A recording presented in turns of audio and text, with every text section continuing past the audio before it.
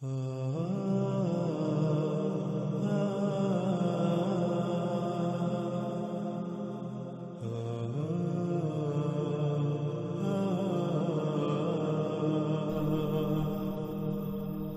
اسی طرح اللہ سبحانہ وتعالیٰ آگے کہتے ہیں، کیا نہیں سیر کی زمین میں؟ پس دیکھا کیسا ہوا تھا انجام ان کا جو ان سے پہلے تھے، اور وہ تھے ان سے کہیں زیادہ بڑھ کر قوت میں، یعنی اسلحہ و بارود، مشینوں، یہ جو ٹیکنالوجی ہے جسے آج انسان قوت کا نام دیتا ہے، ان میں ان سے کئی گنا، یعنی آج کے موجودہ انسانوں سے کئی گنا بڑھ کر تھے۔ اور پھر اللہ سبحانہ وتعالیٰ کہتے ہیں، اور نہیں تھا اللہ کے عاجز کر سکے اسے کوئی شے آسمانوں میں اور نہ ہی زمین میں، اس میں کچھ شک نہیں اللہ علم والا قدیر ہے، اس میں کچھ شک نہیں اللہ تھا علیمن قدیرہ، یعنی اللہ سبحانہ تعالیٰ نے بالکل واضح کر دیا کہ جب تمہارے اوپر وہ ہلاکت آئے گی تو اللہ کو کوئی شے عاجز نہیں کر سکتی، نہ کوئی آج تک کر سکی جو آسمانوں میں ہے اور جو زمین میں ہے، ان میں سے کوئی بھی ایسی نہیں جو اللہ کو عاجز کر سکے۔ یعنی جب وہ ہلاکت آئے گی تو اس ہلاکت کو کوئی بھی تم سے موڑ نہیں سکے گی، کوئی بھی تمہیں بچا نہیں سکے گی، کوئی شے جو جی چاہے تم بنا لو۔ کیوں؟ کیونکہ اللہ سبحانہ و تعالیٰ نے اس کائنات کو علم کے ساتھ اور قدر کے ساتھ خلق کیا ہے۔ قدر کے ساتھ خلق کرنا کیا ہے، قدیر ہونا کیا ہے، انشاءاللہ جیسے جیسے ہم آگے بڑھیں گے تو اس پر بھی انشاءاللہ اللہ کے فضل سے کھل کر صراحت کے ساتھ بات ہوگی، اپنے موضوع کے مطابق اور اپنے وقت پر۔ اسی طرح ناظرین چند اور آیات ہیں جو آپ کو سکرین پر نظر آ رہی ہوں گی،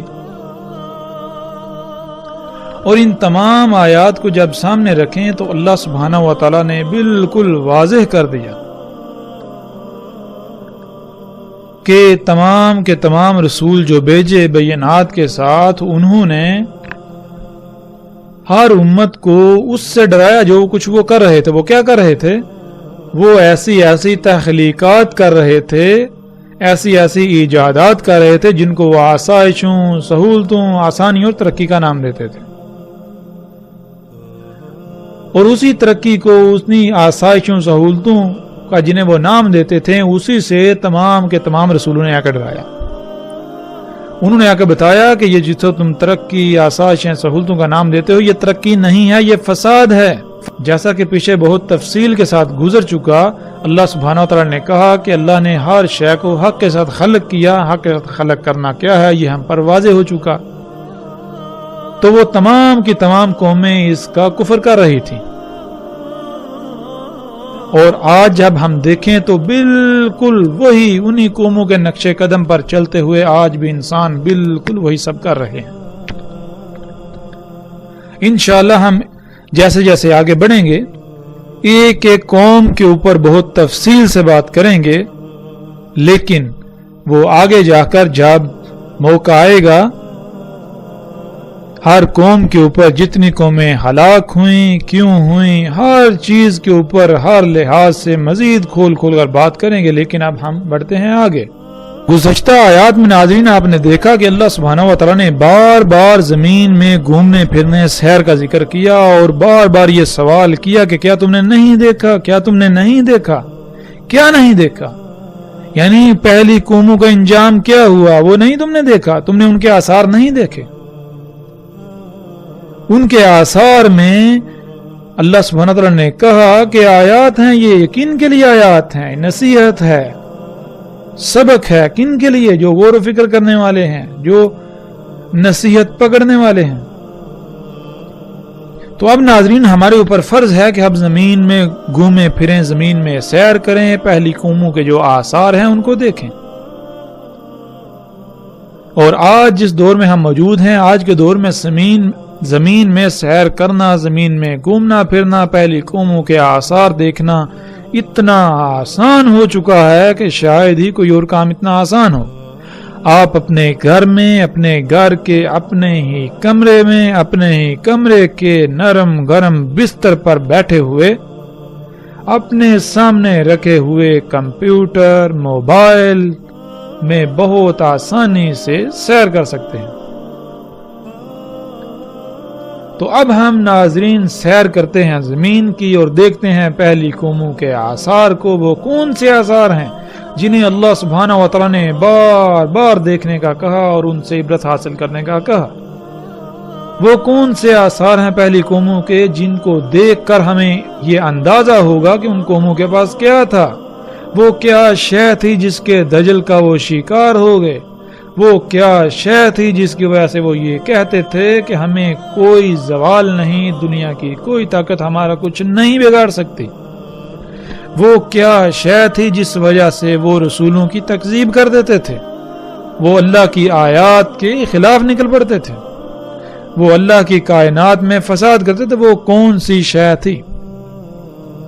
جیسا کہ قوم عاد نے کہا، اس آیت میں بھی ہے، اللہ سبحانہ و تعالیٰ کہتے ہیں پس جو عاد تھے پس استکبار کیا، یعنی وہ زمین میں بڑے بن بیٹھے، زمین کی تمام مخلوقات کو یہ کہتے تھے کہ ہماری غلامی کرو، ہماری بات مانی جائے گی، حالانکہ ان کو اس کا حق نہیں تھا، اور تھے وہ بہت بڑھ کے قوت میں سے، وہ قوت میں بہت بڑھ کے تھے، یعنی کہ ان کے پاس اسلحہ، بارود، مشینیں، ٹیکنالوجی، یہ جو قوت ہے بہت زیادہ تھی، اور وہ یہ کہتے تھے کہ کون ہے جو ہم سے بڑھ کر قوت میں ہے، جو ہم سے قوت میں بڑھ کر ہے۔ اور ناظرین یہاں یہ بات ذہن میں رکھنی چاہیے کہ وہ زبان سے ایسا ہرگز نہیں کہتے تھے، نہ ہی آج تک کسی نے زبان سے یہ دعویٰ کیا کہ کون ہے جو ہم سے قوت میں بڑھ کر ہے، بلکہ یہ انسان کے اعمال کی زبان ہے۔ قوم عاد کے پاس جو ٹیکنالوجی، جو مشینیں، جو کچھ تھا، ان کے بل بوتے پر ان کے اعمال کی یہ زبان تھی کہ کوئی بھی ان سے قوت میں بڑھ کر نہیں ہے۔ تو اللہ سبحانہ و تعالیٰ کہتے ہیں کیا تم نے نہیں دیکھا کہ اللہ ہی وہی ذات ہے جس نے تمہیں خلق کیا اور وہی تم سے بڑھ کر ہے قوت میں؟ اور آگے اللہ سبحانہ وتعالیٰ کہتے ہیں اور وہ تھے اللہ کی آیات کے ساتھ جہد کرنے والے، یعنی ان کے پاس اتنا علم تھا کہ جب کوئی بھی آندھی، طوفان، کوئی عذاب آنے والا ہوتا تو وہ ایسے بندوبست کرتے یا تو وہ عذاب نہ آتا یا پھر وہ عذاب ان کا کچھ بگاڑ نہ پاتا،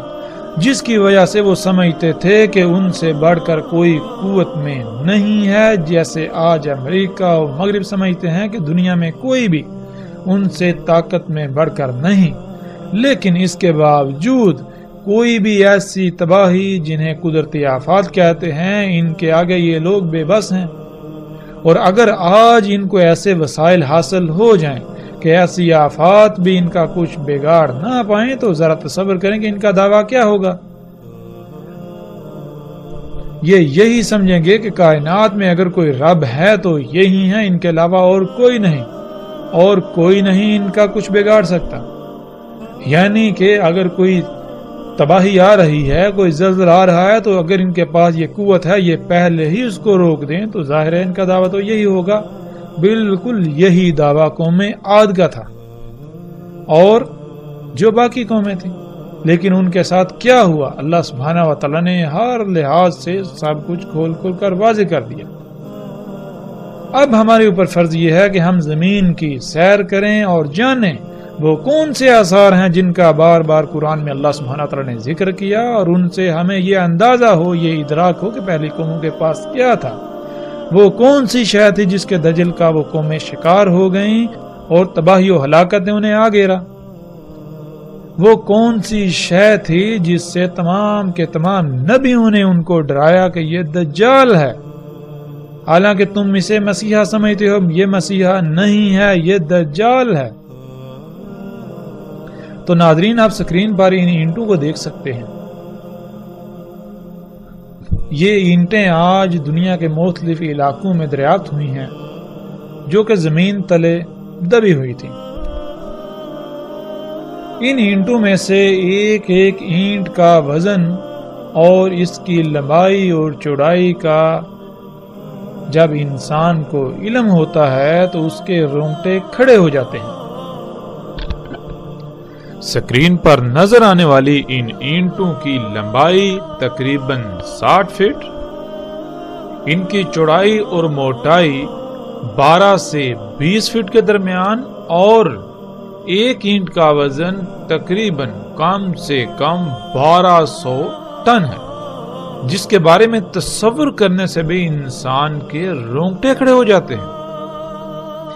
آج یہ اینٹیں اردن اور روس کے مختلف علاقوں میں زمین کی کھدائی کے درمیان دریافت ہوئیں، اور جب تحقیقات کی گئیں دنیا کے بڑے بڑے نامور سائنسدانوں نے ان اینٹوں پر تحقیقات کی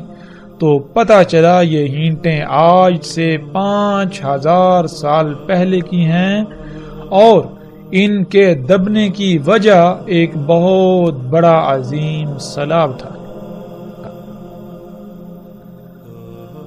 اور ان اینٹوں سے بلند و بانگ آسمانوں کو چھوتی عمارتیں تعمیر کی گئی تھی۔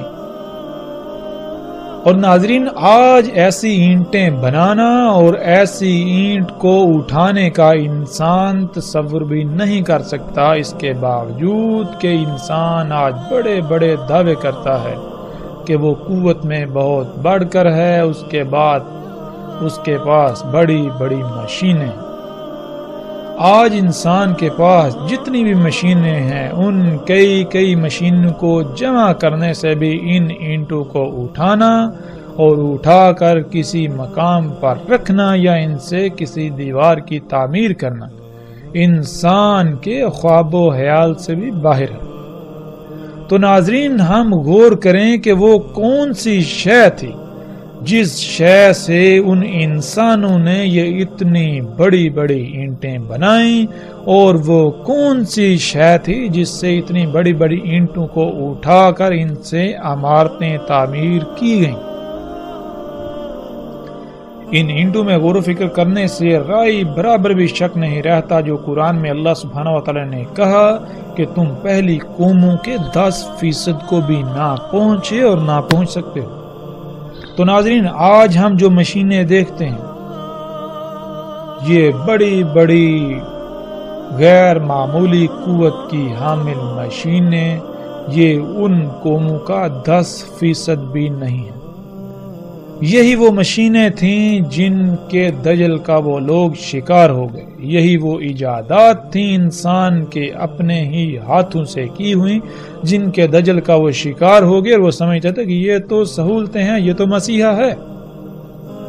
یہ تو فائدے کی اشیاء ہیں، لہذا دنیا میں خوب انجوائے کرو، عیاشیاں کرو، مزے لوٹو، آسانیاں، سہولتیں۔ ناظرین، آج جن سائنسدانوں نے، بڑے بڑے نامور سائنسدانوں نے ان اینٹوں کے اوپر تحقیقات کی تو انہوں نے یہ بات کی کہ اول تو یہ کام انسان کا نہیں ہے، اور اگر کسی بھی صورت یہ یقین دلا دیا جائے یا یہ مان لیا جائے کہ یہ کام انسان کا ہی ہے تو جن انسانوں نے یہ کام کیا وہ موجودہ انسانوں سے اس قدر ٹیکنالوجی میں بڑھ کر تھے کہ آج کا انسان اس کا تصور بھی نہیں کر سکتا۔ اسی طرح ناظرین، سکرین پر نظر آنے والے یہ بلاکس جنہیں ایچ بلاکس کہا جاتا ہے،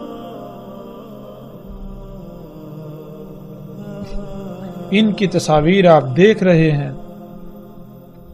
یہ بلاکس بھی زمین میں دفن ہوئے دریافت ہوئے۔ ناظرین، یہ بلاکس ایسے ہیں کہ آج دنیا کے بڑے بڑے نامور سائنسدانوں اور دنیا کی بڑی بڑی نامور یونیورسٹیوں، ریسرچ سینٹروں، اداروں نے ان پر تحقیقات کی تو وہ اس بات کو بتانے سے قاصر ہیں کہ بلاکس کیسے بنائے گئے، ان کو کیسے تراشا گیا، ان کا وزن، ان کا ڈیزائن، ان کو تراشنا آج کے دور میں ناممکن ہے۔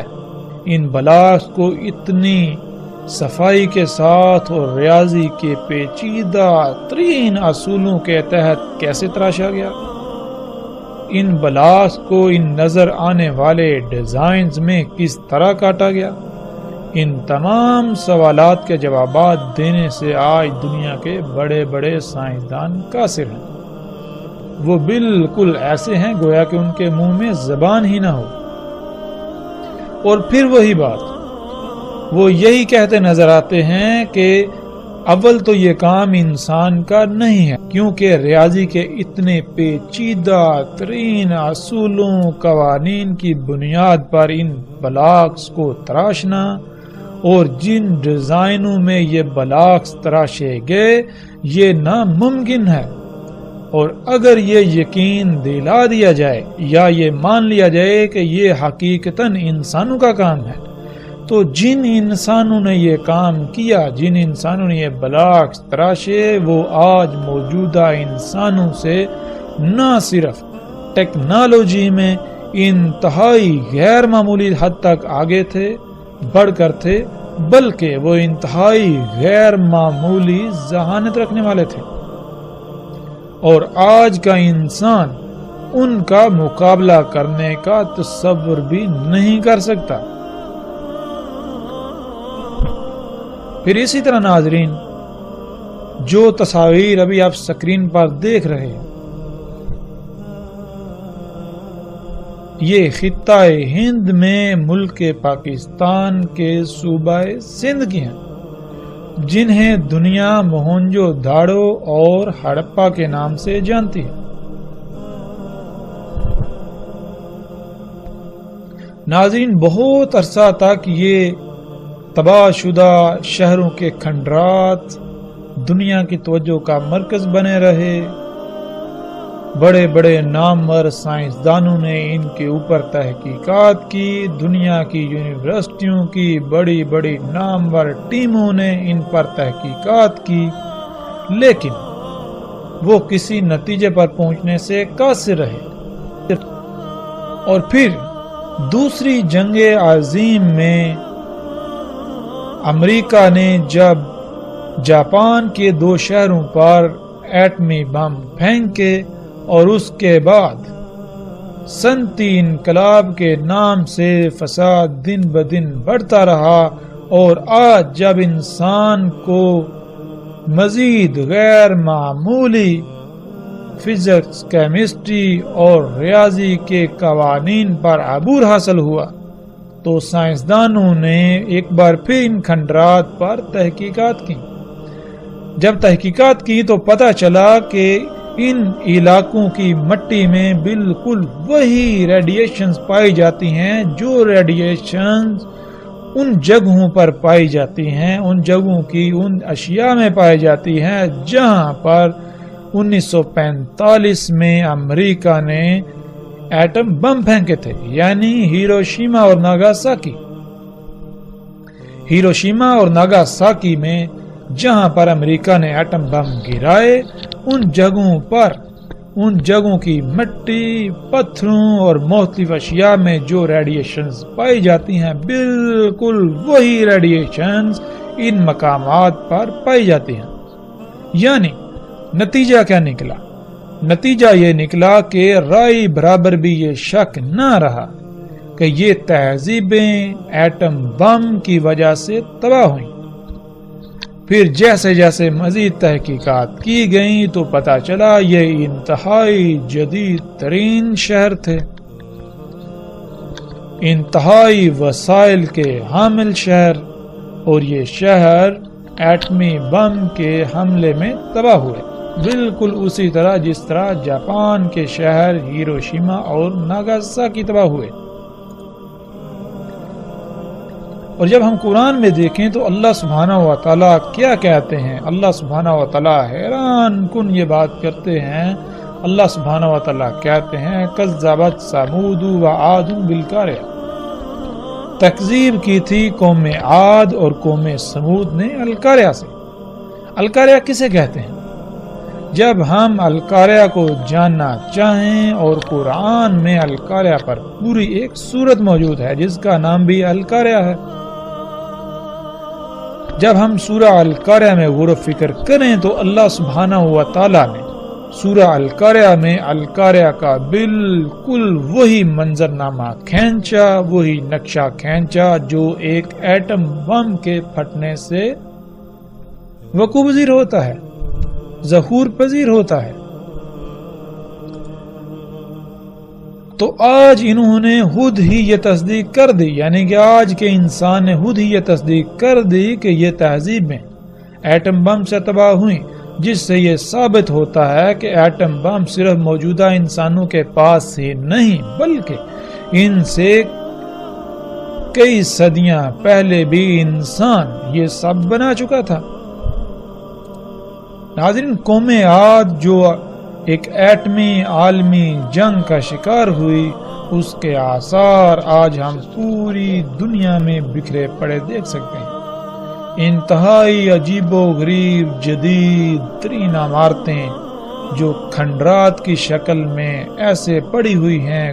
گویا کہ ایک عظیم طوفان، انتہائی تیز رفتار شدت کی ہوا نے انہیں تہس نہس کر دیا ہو۔ اور بالکل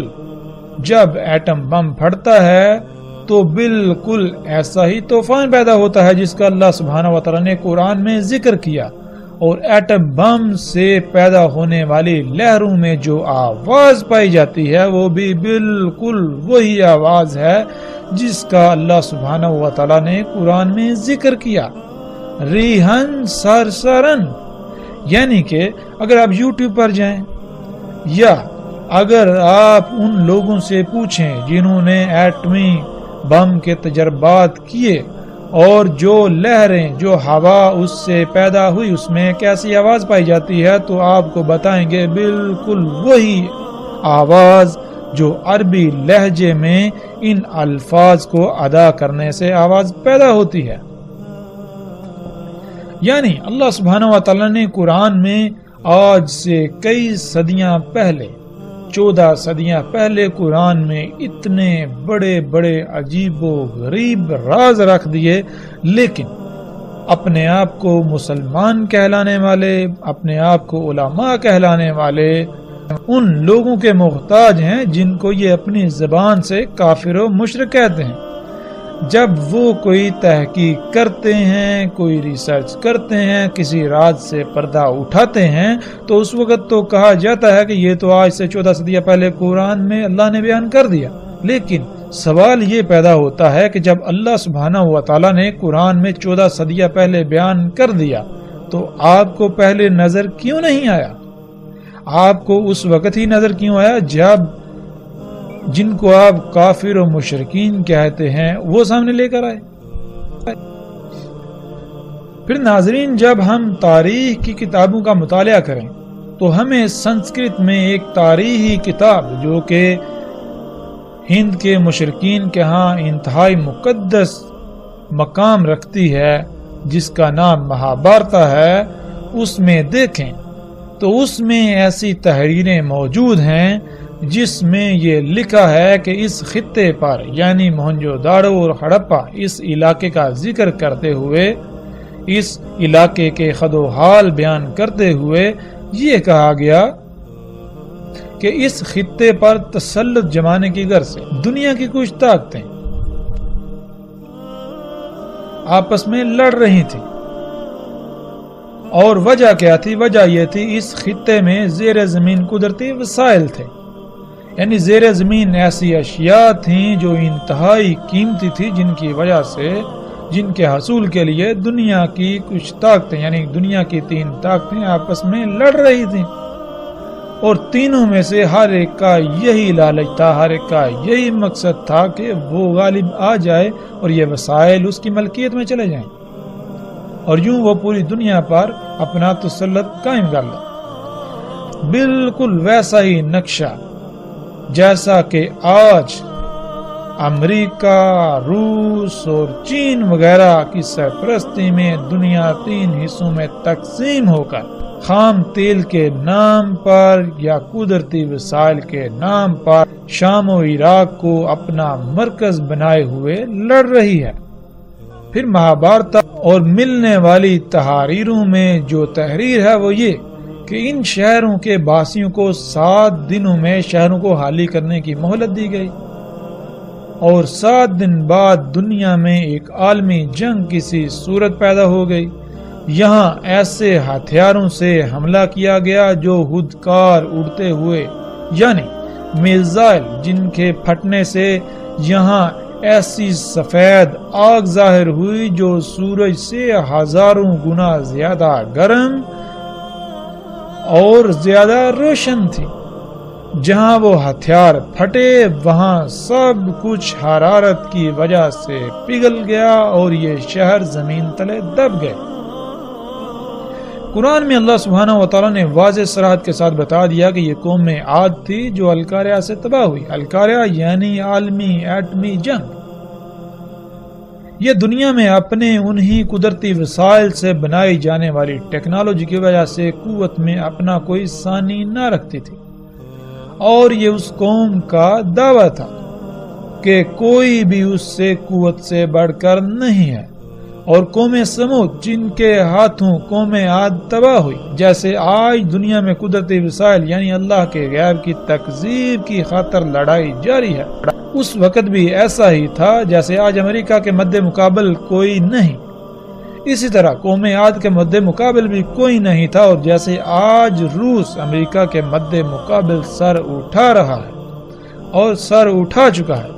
اسی طرح اس وقت ایک دوسری قوم جسے قرآن میں اللہ سبحانہ وتعالی نے قوم سمود کہا،